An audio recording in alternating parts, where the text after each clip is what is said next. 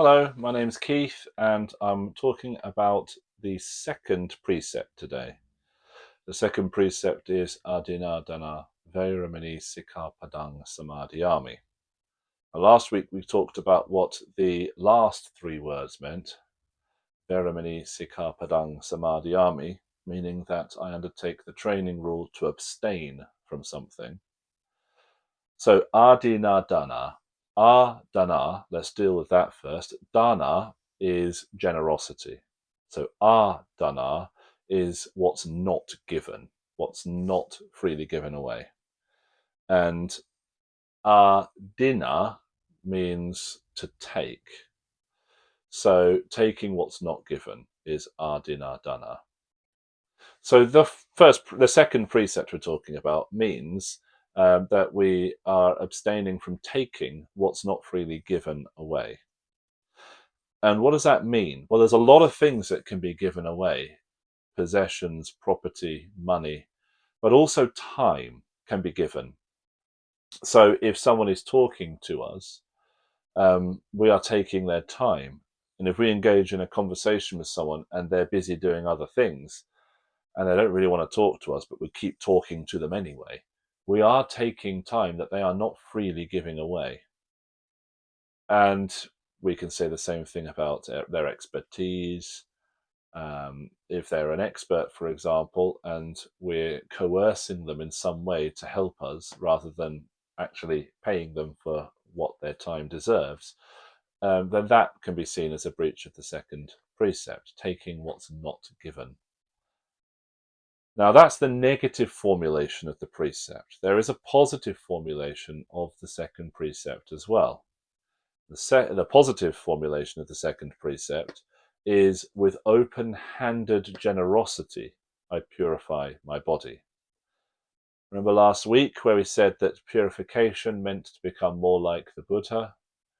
And when we say the body, we mean actions of the body. We mean things that we do. So we're trying to make our actions more Buddha-like. And we do that with open-handed generosity. So that means freely giving. And that, again, is giving time, expertise, money, a shoulder to cry on, a friendly smile. There's all sorts of ways that we can express Buddha-like giving. And generosity is very important. It's always been an important part in Buddhism. Now, what if you don't have anything to give? Well, everyone has something to give. It doesn't have to be money. It might be that you have very little money. Maybe the money that you have isn't yours to give because it's part of the family finances, and therefore it's actually not for you to decide how it's spent. It's something that has to be decided as part of the family unit, as part of the group. And that can be quite difficult. In my situation, for example, I earn more than my wife does. She earns as well, but I earn more. And all of our money goes together into one big pot to pay for things like the mortgage and the bills. These are the problems of being householders, you see. We have bills to pay. And then what's left isn't just mine to spend because it's for my family. It's for my daughter. It's for my wife. It's not just mine. It's all gone together.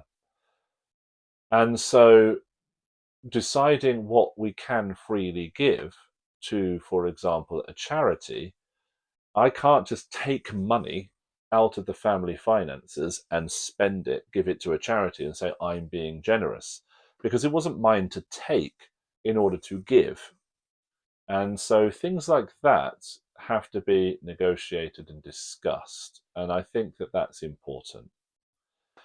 Another example, I cycle to work on an electric bike. And is it okay for me to plug my bike in to charge it at work? Well, not really. Someone has to pay for that electricity. And so I have asked for permission to plug my bike in to charge. A friend of mine wanted to do some photocopying, not a lot of photocopying, but a little bit of photocopying, 10, 20 pages or something on their work's photocopier. They're not a teacher, they work somewhere else. And they ask for permission to use the photocopier for for that personal reason, because otherwise it would be taking from the company. Now, sometimes when you ask for permission to do these sorts of things, you'll get funny looks. People could say, well, why on earth are you asking? Just plug your bike in and charge it. You're talking pennies compared to the hundreds of pounds that's spent on this, that, and the other. Or in the case of photocopying, you're talking pennies rather than hundreds of pounds spent on other stuff. Why are you even asking? But it's about the process of trying to purify our actions, become more Buddha-like. It's about trying to develop generosity and trying to counter this sense that we are somehow entitled to the stuff that's out there for our own aims, for our own desires. And that's a very important practice. So we counter stinginess with generosity, and it is an act of kindness to be generous. Now, there are some interesting issues with generosity. Take, for example, if there was a homeless person on the street asking for money, would you give to them? Now, there are charities set up that you can give money to, and these charities say that the money will support people who are homeless, and some of them do a very good job and some of them don't, and that's something that you can investigate for yourself. And you can give your money to these charities as an act of generosity, and that's great. But there's a person there in need immediately in front of you, and if you give them money, you're giving them more than money. You're also giving them agency, the right to decide how to spend that money themselves. You're giving them some sense of personhood. You're giving them recognition that they exist. You're talking to them. As a homeless person, I have heard that homeless people feel disconnected from society, forgotten, ignored, invisible, be very lonely. So somebody just saying a few words actually can have a profound impact, a really positive impact. And that can be an act of kindness, an act of generosity. Now, there's people that will say, you shouldn't give money to homeless people. They'll only spend it on drugs and alcohol. Well, that might be true. I don't know. I don't know if the person who's asking me for money has intentions of spending it on drugs and alcohol. And then it's their decision what they spend it on, because I'm giving them the gift of agency. I'm giving them a gift of choice. Choice is something that homeless people very often don't enjoy. I'm giving them that gift. But it could be there's someone who you know for a fact, you can see it, and they make their intentions clear that they want to use that money to harm themselves. Maybe you know they're going to buy alcohol or drugs and not give themselves food and a shelter for the night. And then you have to think, well, what's the kind thing to do? Is it to give them money? Or maybe not. Maybe in that context, you could say to them, are you hungry? Is there something you'd like to eat? And get them some food or something to drink. It is difficult. Maybe if you give someone food, they might just go and sell it to somebody else in order to buy drugs. And you don't know the situation. So with the precepts, there is a responsibility to decide what is the ethical thing to do. And it's not always easy to decide what the ethical thing is to do.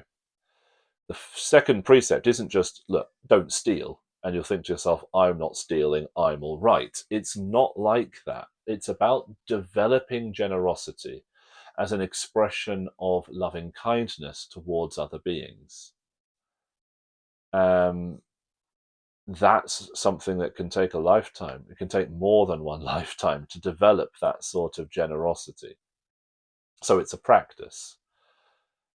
Thinking to yourself, I don't steal, so I'm all right. I'm afraid that's not what the second precept is saying. It is for some people. Maybe if you are somebody who is a kleptomaniac, you have some sort of mental situation that means that you are unable to stop stealing, then actually maybe that is the challenge, is just in the first instance not shoplifting, something like that. Maybe that is actually the challenge. It's different for each person, but it's a personal There's a personal response to the second precept. It's a training for each individual, and each individual is different and is at a different stage in their practice, and therefore has to approach these precepts in slightly different ways. So for me, the little voice in my conscience that was telling me about generosity and not taking the not given was saying, well, hang on a minute, don't charge your bike at school without asking permission first. You shouldn't be doing that. And it's all part of the same process of chipping away at our sense of self, our sense of entitlement, our ego, chipping away at it bit by bit and becoming a little bit more Buddha-like. Famously, when the Buddha was first enlightened, the story goes that he decided not to teach and was compelled to teach by Brahma Sahampati, who came to visit him and said to him, please, you must teach, otherwise all is lost. And I think that story's there in the Pali Canon to emphasize the fact that the Buddha was generous, very generous. If he went out and taught because he wanted to, that wouldn't necessarily be an act of generosity. That would be an expression of ego. That would be imposing his teaching on other people, whether they like it or not. That's not generous. That's taking the not given. You don't tend to find Buddhists in the street with placards saying Buddha saves, shouting out with megaphones, because that would be taking the not given. That's being an inconvenience to other people. You're getting in their way. They're having to walk around. You're taking their time. You're taking their mental headspace. You're having an emotional impact on them if they're trying to ignore you. And all of those things are breaches of the second precept. So you won't tend to find Buddhists doing that. But if someone asks them about Buddhism, the Dharma, then they will hopefully be very glad to share that information, like what I'm doing here. I didn't start this channel until I was asked to. So yes, the generosity is an expression of loving kindness, and that's what we're trying to develop. Hopefully you found that useful. Next time we'll be talking about the third precept. The third precept is about sexual misconduct, so I hope that you stick around for that one. That's bound to be a good little discussion. If you have any questions, please do put them in the comments, and then maybe we can all answer them together. Remember, we're exploring this together. I don't have all the answers at all. So I hope that you'll join us next time. Bye-bye.